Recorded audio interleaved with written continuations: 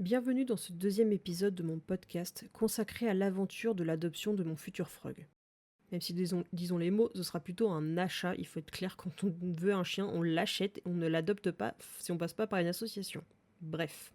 Après avoir partagé la naissance de ce projet dans le premier épisode, il est temps d'aborder une étape essentielle, le choix de la race. Parce que derrière chaque compagnon à quatre pattes, il y a une réflexion, des recherches, et parfois même de grandes hésitations. Chapitre 2, la quête de la race idéale. Je vous emmène avec moi dans cette longue étude, avec ses doutes et ses découvertes, jusqu'à la décision finale. Comme pour le premier épisode, je vais structurer ce récit autour de quelques questions clés pour raconter ce cheminement. Pourquoi une race spécifique? Quels étaient mes critères de départ? Taille, caractère, santé, etc. Pour la taille, j'étais pas forcément très fixée, mais je voulais un peu plus grand que ce que j'avais déjà, même si je veux pas non plus du très gros. Donc mon poids à l'heure actuelle idéal, ce serait entre 8 et 15 kilos. 10 serait vraiment parfait pour moi. Au niveau caractère, comme je disais dans l'épisode précédent, je recherche un chien qui soit quand même assez câlin, parce que j'adore avoir le contact d'un chien qui est câlin, mais qui ne sache avoir sa propre qu'il soit indépendant, que quand on va quelque part en balade, il soit pas toujours dans mes jupons, qu'il sera pas complètement déprimé s'il me voit plus, si jamais je suis en train de faire quelque chose et que je demande de rester à l'écart, il le fasse, mais à côté qu'il aime quand même le contact humain et les câlins.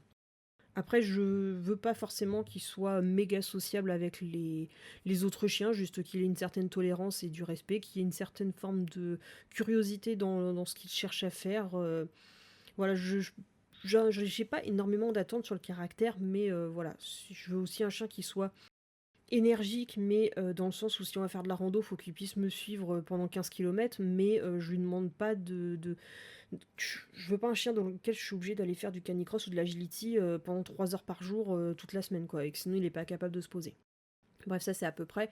Et la santé, forcément, je veux un chien qui n'empathie pas de la chaleur, qui ne va pas avoir des gros problèmes de bassin, qui va pas avoir qu'on voit pas une race avec des problèmes de dysplasie de la hanche, des rotules ou quoi que ce soit, des chiens qui ont des problèmes de face trop plate, qui ont des problèmes respiratoires, qui ont des problèmes de peau. Donc ça a été, j'ai vu beaucoup de problèmes de sentir qui ressentent chez beaucoup de chiens. Donc voilà, ça a été beaucoup de recherches là-dessus. Qu'est-ce qui était non négociable pour moi? Vraiment le plus qui soit non négociable, qu'il n'ait pas de poils longs. C'est tout bête, mais je pense que c'est le fait que je veux absolument pas de poils longs, parce que depuis quelques années, j'ai un chien à poils longs à l'heure actuelle, et en fait, ça m'angoisse. Euh, je sais pas si j'aurai l'occasion d'en reparler plus tard, mais pour globaliser, c'est que plusieurs fois, sous mon chien poil long, j'ai découvert trop tard il avait des parasites. J'ai découvert trop tard qu'il avait des plaies.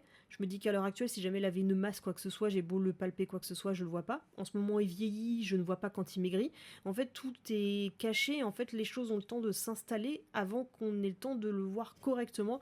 Et j'avoue que au final, ça ne me plaît pas. Donc, c'est pas une histoire de perte de poils, parce que les pertes de poils avec les poils courts, c'est une catastrophe aussi. Donc c'est absolument pas ça, c'est juste que je ne peux pas correctement visualiser l'état général de mon chien à cause des poils longs. J'aurais jamais pensé dire ça dans ma vie, mais c'est le cas. Donc ça, c'est la chose qui est absolument non négociable. Et puis, je pense que je me suis aussi mis comme barrière, c'est qu'il faut absolument que ce soit un chien du groupe 9. Oui, il me faut des chiens absolument, des chiens du groupe, des chiens de compagnie, parce que voilà, je veux pas un chien de travail, je veux pas des chiens qui ont des besoins spécifiques bien précis. Qui n'ont pas été sélectionnés pour des prédispositions bien précises. Donc voilà, juste rester dans le groupe 9. Quelle qualité je recherchais absolument chez mon futur chien? La qualité la plus importante pour moi, c'est le côté très proche de l'humain. C'est vraiment pas des autres. Qui veut pas aller voir les inconnus, ça me pose pas de problème, bien au contraire, mais généralement l'un va pas sans l'autre.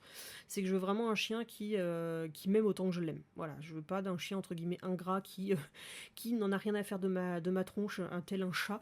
Non, j'ai besoin d'un chien qui soit heureux quand il me voit, que dès qu'il peut être sur mes genoux, dès qu'il peut être contre moi, dès qu'on peut partager des moments ensemble, et que d'instinct il va vouloir me suivre parce que il m'aime et non pas par obligation. Ça c'est quelque chose que j'ai absolument besoin de rechercher vis-à-vis d'un chien. Je pourrais presque sacrifier tout si au moins il y a ça derrière. Donc les races qui m'ont tenté, quelles races ont attiré mon attention au départ et pourquoi? Donc ça, j'en ai un peu pas mal parlé quand même sur le premier podcast, mais on va revenir un peu en détail parce que là, on voit le pourquoi. Donc j'avais parlé du corgi parce que en fait j'avais fréquenté une petite corgi qui était pas trop dans le standard. Alors moi j'ai beaucoup de mal avec tout ce qui est dans le standard et beaucoup ce qui est dans le lof. Je pense que je peux me faire assassiner pour ça, mais j'ai mes choix. Et cette petite corgi n'était pas réellement dans le standard. D'ailleurs, elle été présente à un de ses concours. Elle plaisait pas trop au juge, mais moi je l'aimais beaucoup. Elle avait un côté un peu très fine et très renarde.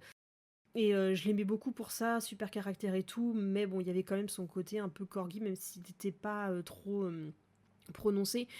Elle était l'exception et je me suis dit que si c'était pas comme ça avec le prochain, je veux pas un chien qui soit trop à fond chien de berger et qui troupote, donc je me suis dit que non, c'était mort.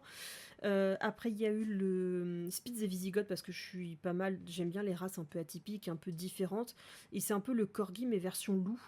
Alors le pourquoi, je vais pas rentrer dans les grands détails, j'ai fait des angoisses vis-à-vis de certains trucs de l'humanité, et j'ai ressenti le besoin d'avoir un chien lupoïde qui serait capable de chasser. Je cherchais pas à comprendre, j'en suis partie de là. Mais bref, j'en avais certains qui me plaisaient, mais finalement je les ai évincés parce que pareil, chien de berger, et que j'avais une couleur bien précise qui me plaisait, mais souvent tu pouvais pas trop les choisir comme ça à l'âge adulte, et leur physique, leur couleur changeait beaucoup. Et bref, finalement, Spitz Visigoth, je me dis c'est encore un chien de berger, ça ne va pas. Il y avait eu le Boston Terrier, mais finalement, il y en a très peu qui me plaisent. Moi, les seuls Boston Terrier qui me plaisent, ce sont ceux qui sont très grands, donc plus vers les 10-15 kilos, voire même j'en ai vu des Américains qui sont magnifiques, qui font près de 20 kilos, ça fait comme des mini-boxers, ils sont trop beaux. Donc ouais, si demain on me proposait un Boston Terrier de 20 kilos, je le prends tout de suite.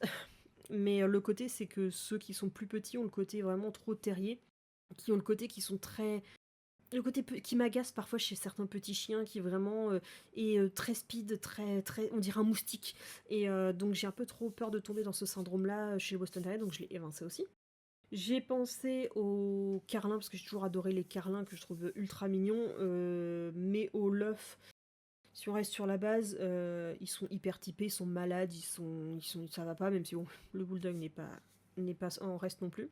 Et oui, il y avait aussi le bulldog français, mais ça par contre, bah, je suis toujours indécis à moins d'un méga coup de cœur, où certains j'adore, mais il a fallu attendre un petit moment parce que là le bulldog était en train de partir dans un hypertype bien dégueulasse où ils étaient dans un état catastrophique physique, donc voilà, il pourrait y avoir que je prenne un bulldog, mais c'est un peu compliqué. Donc après, je me suis pas mal tournée sur tout ce qui était carlin et bulldog français de type allemand, donc de travail de type ancien, donc comment ils appelaient ça, les rétromops pour les carlins. Mais voilà, le truc c'est qu'ils sont en train de travailler les lignées, elles coûtent une fortune, donc c'est pas que je veux pas mettre le prix dans un chien, mais il y a des trucs, il y a des limites. Ça ne regarde que moi, chacun met le prix dans le chien qu'il veut, mais monter à 2000 ou 3000 euros pour aller chercher un chien en Allemagne ou en Suisse, ça m'emballait pas tellement. Donc voilà, j'ai continué à, à regarder d'autres races, et puis après le problème c'est que là plus ça va, plus les années passent, où l'Allemagne en fait ils ont une espèce de réglementation comme dans les Pays-Bas où ils sont en train de se faire interdire l'hypertype, et que si je me trompe pas, il faut que pour que le chien soit validé, il faut que le crâne et le museau fassent 3 parties, donc en gros il faut que le crâne fasse les 2 tiers et le museau 1 tiers. Donc sauf qu'en fait en ce moment bah, le bulldog il le travaille tellement qu'il ne ressemble plus du tout à un bulldog. J'aimais bien ce qu'ils étaient en train de faire, mais ça devient une catastrophe. Il n'y a plus de stop, il n'y a plus de museau un peu carré, donc ils ne font pas que l'allonger, c'est que maintenant ils ressemblent carrément à des terriers, parce que d'ailleurs ils les ont croisés avec pas mal de terriers ou de beagles pour pouvoir améliorer les choses, mais là ils sont en train d'aller un peu trop loin et ça me plaît pas. Surtout à ce prix-là, payer trop cher pour une race qui n'est pas validée, non reconnue et qui se déforme. Non, non merci, j'ai pas tellement envie. Donc après la question c'était qu'est-ce qui m'avait plu chez elle, donc je vous ai raconté un petit peu tout, donc soit les côtés petits formats compacts pour les corgis, les Spitz et Visigoths vraiment qui sont ils pèsent leur poids mais ils prennent pas trop de place, mais en même temps j'ai peur qu'ils aient des problèmes de dos, comme j'adore les teckels, mais les teckels le problème de dos. Et oui, je m'étais renseignée aussi sur le teckel, j'avais oublié cette race là. J'adore physiquement, il y a plein de choix niveau couleur, type de poil, taille, etc. D'ailleurs, j'aurais même pu retourner chez l'éleveuse chez qui j'ai mes chiens actuellement, parce qu'elle élève du teckel nain. Oui, nain ou non standard, je ne sais plus, chocolat. Mais non, parce que j'ai trop peur qu'il ait mal au dos et faire de la rando avec un teckel, je suis pas sûre que ce soit si adapté que ça. Donc chez les corgis et les spizigos, j'aimais bien le côté petit trapu. Les carlins, Boston, etc. Parce que j'adore les faces plates. C'est d'où le nom de ma chaîne en même temps. Parce que oui, pour ceux qui savent pas, snub-nose, ça veut dire face plate en anglais. Donc comme je ne sais pas dans ma vie qu'est-ce que j'aurai comme face plate, mais je pense que je vais me rester dans cette catégorie à un moment donné. Donc comme je ferai peut-être tout le tour de toutes les races de face plate à un moment donné, j'ai généralisé pour pas changer tout le temps le nom de la chaîne. Et qu'est-ce qui m'a finalement fait hésiter ou renoncer? Donc ça, tout ça, j'ai rappelé donc le fait que finalement c'est des catégories de chiens qui ne me correspondent pas. Donc prendre du chien de berger, du chien de travail, c'est non. Prendre des chiens de type terrier, ça ne me plaît pas non plus. Donc j'ai évincé tout ça pour vraiment, comme je disais au début, mon critère rester dans la catégorie du groupe 9. Même si, bon, j'ai eu des chiens du groupe 9 actuellement, c'est-à-dire les chihuahuas et les chiens chinois, que je ne veux plus. Mais je sais quand même que c'est un groupe de races qui me correspond. Donc le choix final, donc pourquoi le frog s'est imposé comme le choix évident. Donc oui, finalement j'ai décidé de prendre un frog. Donc non, je ne veux pas de chien de race, mais un croisé. Ça s'est passé... Donc ça s'est pas vraiment imposé. Il y a eu beaucoup d'hésitations sur ces, je dirais, déjà 2-3 ans. Déjà parce que moi j'ai un amour quand même pour les chiens croisés, parce que quand il y a un truc qui me plaît pas chez le Leuf, je vois chez les particuliers ce qu'ils se font, et je regarde aussi chez les croisés, parce que ma petite dernière qui est ma chouchou, ma pupus, qui est une croisée chihuahua chien chinois. Alors pourtant autant je n'aime plus mes deux races que j'avais eu de base, l'un indépendamment de l'autre, mais là c'est ce mélange là, j'adore le fait que c'est beaucoup plus solide au niveau santé. Alors faut pas croiser n'importe quoi, il faut pas qu'il y ait de l'hérésie. Genre croiser un chihuahua avec un bulldog, je vois pas l'intérêt. Là c'est du chien chinois et du chihuahua, ils ont voilà, il y a des trucs qui sont pas choquants sur ce qu'ils font, et la production qu'il y a eu derrière, elle est magnifique, elle est en pleine santé, elle est encore solide, voilà, c'est ma chouchou, elle a un super caractère et tout. Donc j'aime ce côté croisé, sachant que moi derrière je ne reproduis pas. Donc voilà, il y en a certains qui valident pas du tout le fait de faire du croisement, mais pour moi il y a du croisement logique, et à force de regarder justement les lignées de tout ce qui se faisait au niveau de l'Allemagne pour rattraper tout l'hypertype du Carlin et du bulldog français, j'ai hésité entre comment ils appellent ça, les Puggles. Donc les Puggles, c'est du Carlin croisé Beagle. Mais le problème, c'est que je voulais pas avoir un chien qui ait du ligné de chien de chasse à l'intérieur, parce que je voulais pas que ça déforme son côté qui soit chasseur et qui soit trop indépendant en balade. J'en veux un peu d'indépendance, mais pas que le chien se sauve, parce qu'il a ce côté Beagle. Et je les aime pas tous au niveau du physique, parce qu'il y en a certains qui perdent trop du museau carré que j'aime. Donc voilà, j'ai regardé un petit peu tout ça jusqu'à ce que je tombe sur le fait qu'il y en a qui travaillent une lignée à côté pour rester plus dans le molossoïde, en essayant de jouer du maximum des deux races pour en tirer une bonne chose. Et j'ai eu un coup de cœur sur le frog, mais je me projetais pas parce que j'en trouvais pas partout, jusqu'à ce que je trouve quelques éleveurs maintenant sur le Bon Coin oui, bah sur le Bon Coin, oui, c'est comme ça que j'ai trouvé, parce que c'est pas des choses qu'on trouve facilement. Mais pour l'instant, j'espère qu'elle va vraiment continuer jusqu'au bout. Il y a une éleveuse que je suis à 3 heures de chez moi, elles sont deux, mais il y en a une spécifiquement que ça fait déjà 2 ans que je suis. Je suis toutes les portées qu'elle fait, et elle fait du frog en France. Et voilà, je me suis dit, bah maintenant que je sais que c'est possible d'en avoir en France, je vais suivre ce croisement-là, et j'adore. Alors je sais pas si je voudrais, comme, parce qu'il y en a certains, si vous connaissez le Pomsky, peut-être que vous connaissez un peu plus, qui est du Spitz croisé Husky, et vous avez des histoires de F1, F2, F3, et alors je sais pas eux comment ils travaillent exactement, mais c'est soit un croisement directement du frog en F1 qui va être papa ou maman qui va être une race et l'autre de l'autre race, mais sauf qu'après t'as les F2 où tu vas voir maman qui est déjà croisée et papa qui est de la pure race, mais je sais pas qu'est-ce qui est le plus sélectionné d'un côté ou de l'autre. Donc je sais pas encore avec cette éleveuse là si je voudrais un petit dont le parent est déjà croisé, ou si je veux directement un croisé Carlin bulldog français. Mais ça, j'en vois pas mal d'annonces. Alors après, il faut rencontrer les particuliers ou éleveurs que je choisirais. Il faut encore que j'aille voir au niveau de l'éthique, etc. Mais celle que je suis à l'heure actuelle me plaît beaucoup dans son travail. Bref, on en reviendra un peu plus tard sûrement sur la partie choix de l'élevage, etc. Mais donc, qu'est-ce que j'aime chez ce croisement bien spécifiquement, c'est que pour moi, toutes ses portées sont pas parfaites sur le choux qui va naître, et il y a encore du travail à faire là-dessus. Mais pour moi, pour celui que je voudrais choisir le plus parfaitement, qu'est-ce qui va m'intéresser le plus? Le fait que ce soit un chien qui soit... En fait, j'aime le carlin, mais au moins l'avantage de mettre du bulldog dedans, c'est qu'il va pas être du 5-8 kg, il va être plus vers le 10 kg, ce qui m'intéresse beaucoup plus. Il va y avoir le museau qui va être rallongé. Il va y avoir le côté, si le bulldog a bien été choisi derrière, bien entendu.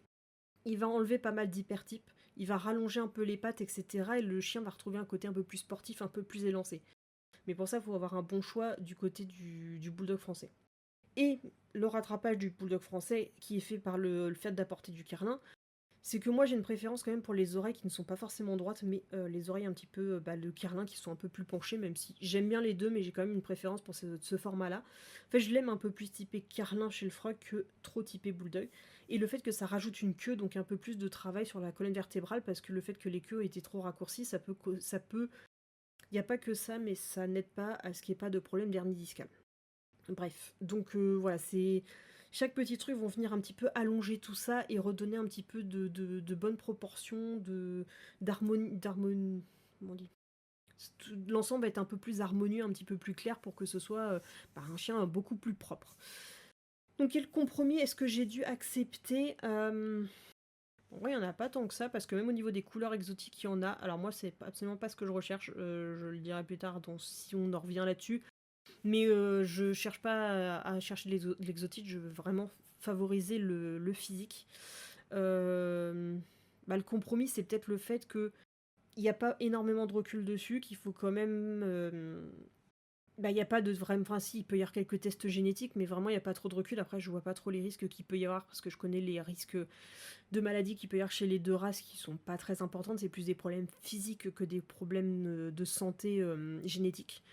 Donc non, j'ai pas l'impression que justement je fais pas de compromis justement par rapport à ça. C'est que c'est si j'avais choisi que le carlin, ça aurait été du compromis face au bulldog et inversement. Donc là, en prenant les deux, pour moi justement, j'enlève mes compromis pour en avoir que le meilleur de ce que je pourrais en tirer. Et comment je me sens aujourd'hui face à cette décision? Alors oui, il y a tous les jours, à force de voir des annonces, des fois je me dis oh non mais en fait finalement je prendrais plus un carlin exotique, ou je prendrais plutôt un bulldog ou un bulldog exotique. Tout ce que je sais dans mon choix, c'est qu'en tout cas, je ne prendrai pas de l'œuf et que je veux du pas typé.